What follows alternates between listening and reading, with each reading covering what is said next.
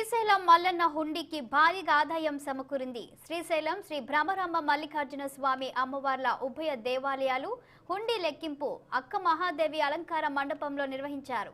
మహాశివరాత్రి బ్రహ్మోత్సవాలలో భారీగా మల్లన్నకు హుండీ ఆదాయం వచ్చిందని దేవస్థాన ఈవో లవన్న తెలిపారు.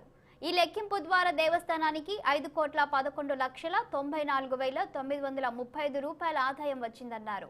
ఈ ఆదాయాన్ని గత 13 రోజులలో స్వామి అమ్మవార్లకు భక్తులు కానుకలుగా నగదు రూపంలో సమర్పించినట్టు దేవస్థానం ఈవోఎస్ లవన్న తెలిపారు. వీటితో పాటు 100 గ్రాముల 400 మిల్లీగ్రాముల బంగారం, 6 కేజీల 500 గ్రాముల వెండి లభించాయి. నగదుతో పాటు విదేశీ కరెన్సీ కూడా ఈ లెక్కింపులో వచ్చాయి. పటిష్టమైన నిఘా మధ్య ఆలయ ఈవో లవన్న పర్యవేక్షణలో జరిగిన ఈ హుండీ లెక్కింపు కార్యక్రమంలో దేవస్థానం అన్ని విభాగాలకు చెందిన అధికారులు, సిబ్బంది, శివ సేవకులు పాల్గొన్నారు.